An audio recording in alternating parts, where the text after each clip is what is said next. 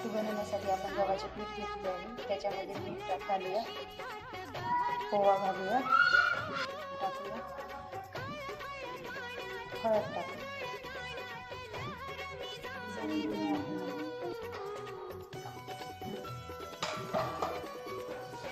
एका भांड्यामध्ये आपण पाणी गरम करण्यासाठी गोल आकारामध्ये छान अशी बाटी तयार करून घेऊ. एका चाळणीमध्ये ठेवून ही बाटी तयार झाली. त्याला आपण छान अशी कट करून घेऊ. ही बाटी कट करून झालेली आहे. आपण त्याला याला तळून घेऊ. आपण तेलाचं बाटी ही छान लालसर कलर येतपर्यंत आपल्याला तळून घ्यायची आहे. तयार झालेली आहे. आपण काढून घेऊ.